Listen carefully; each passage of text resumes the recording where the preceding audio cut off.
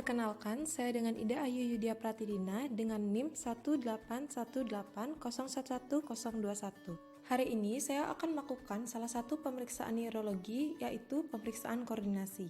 Bertujuan untuk mengevaluasi atau menilai ada tidaknya gangguan koordinasi pada pasien. Gangguan koordinasi dapat dibagi menjadi dua, yaitu gangguan equilibratory dan gangguan non-equilibratory. Sehingga pada pemeriksaannya akan dibagi menjadi dua, yaitu pemeriksaan equilibrium yang terdiri dari pemeriksaan tes Rombert dan tandem walking, serta pemeriksaan non-equilibrium terdiri dari tes finger tonus dan tes dysdiadokinesia atau rapid alternating movement. Pemeriksaan ini akan dilakukan dengan meminta pasien melakukan beberapa gerakan yang berhubungan dengan fungsi koordinasinya. Dapat dilakukan dengan posisi pasien berdiri, duduk, atau berbaring sesuai dengan tipe pemeriksaan, kondisi, dan kemampuan dari pasien itu sendiri. Pada pemeriksaan koordinasi, kondisi pasien harus dalam keadaan sadar penuh atau kompos mentis, karena pemeriksaan ini memerlukan pemahaman dan kerjasama dari pasien. Pemeriksaan akan dimulai.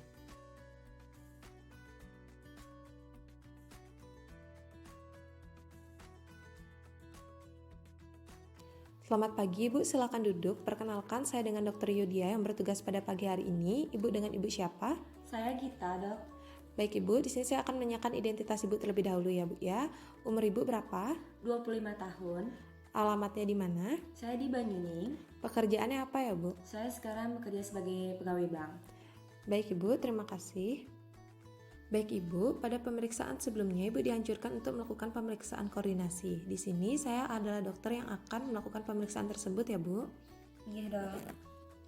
Pemeriksaan koordinasi ini merupakan salah satu dari pemeriksaan neurologis dengan tujuan untuk menilai ada tidaknya gangguan koordinasi pada Ibu.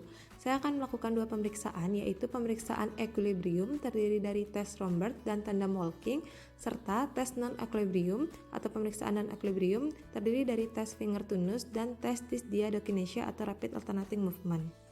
Dalam pemeriksaan ini, Ibu akan saya minta untuk melakukan beberapa gerakan yang berhubungan dengan fungsi koordinasi, di mana nanti pada pemeriksaannya dapat dilakukan dengan posisi berdiri, duduk, ataupun berbaring sesuai dengan tipe pemeriksaan dan kondisi dari Ibu.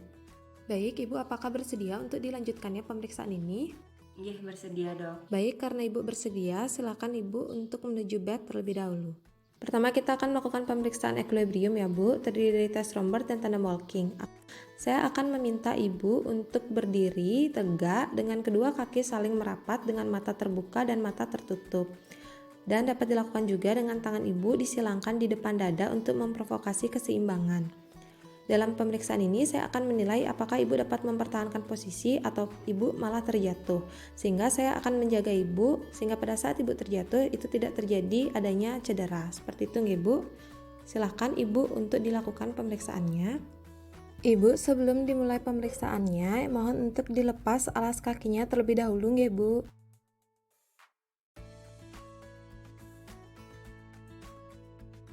Silakan Ibu untuk berdiri tegak, kakinya dirapatkan. Baik, tangannya bisa disilangkan di depan. Saya akan menjaga Ibu.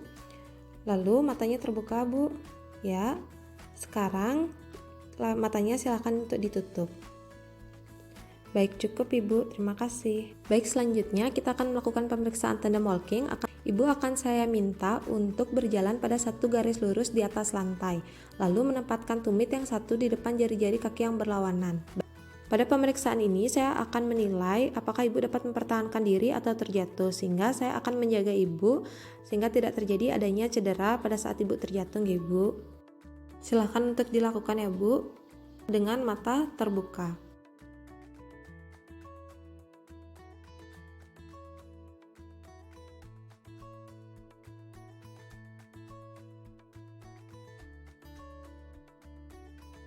Baik, cukup.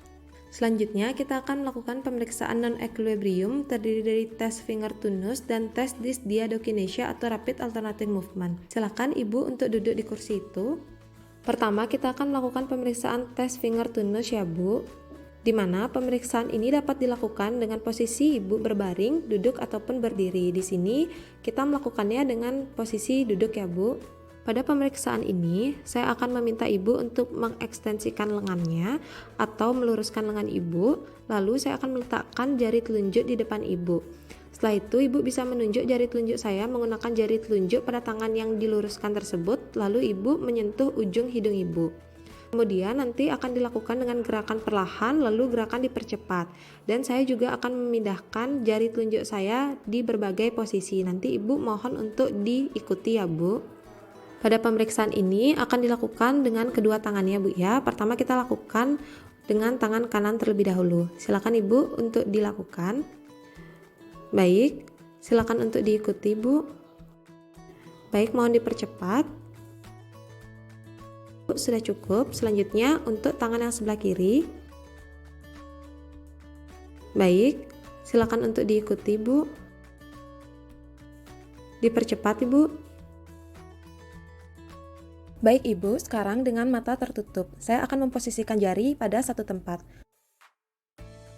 Baik, mohon untuk dipercepat. Baik Ibu, sudah cukup. Selanjutnya, untuk tangan yang sebelah kiri, mohon untuk dipercepat. Ibu, cukup. Baik Ibu, kita akan melakukan pemeriksaan terakhir Bu ya, yaitu tes dysdiadokinesia atau rapid alternating movement. Ibu akan saya minta untuk duduk dengan rileks, lalu memfleksikan atau menekuk kedua tangan dengan posisi satu tangan pronasi, yaitu telapak tangan ke arah bawah, dan satu tangan lagi itu supinasi, yaitu meletakkan telapak tangan ke arah atas. Lalu kedua tangan ini diletakkan di atas paha dan dilakukan gerakan pronasi supinasi secara bergantian dan semakin dipercepat. Silahkan Ibu untuk dilakukan gerakannya. Baik, mohon untuk dipercepat Bu. Ibu, seluruh pemeriksaannya sudah selesai. Silakan Ibu kembali ke tempat duduk yang tadi. Saya akan menjelaskan hasil dari pemeriksaan ini. Baik Ibu, untuk hasil dari pemeriksaannya, pada pemeriksaan equilibrium di tes Rombertnya, itu normal di mana Ibu dapat berdiri tegak dengan posisi mempertahankan diri atau tidak jatuh pada saat membuka mata maupun pada saat menutup mata. Dapat dikatakan dengan normal ya Bu. Lalu pada saat pemeriksaan tandem walking, Ibu dapat berjalan dengan tegak pada satu garis lurus, baik pada saat membuka mata ataupun menutup mata. Itu juga dapat dikatakan normal atau tidak terdapat adanya gangguan koordinasi. Lalu pada saat pemeriksaan non-equilibrium, pada tes finger to nose, Ibu dapat melakukannya dengan baik, tidak terjadi hambatan, tidak terjadi tremor atau gemetar, dan Ibu dapat menunjuk target dengan baik saat perlahan maupun pada saat dipercepat.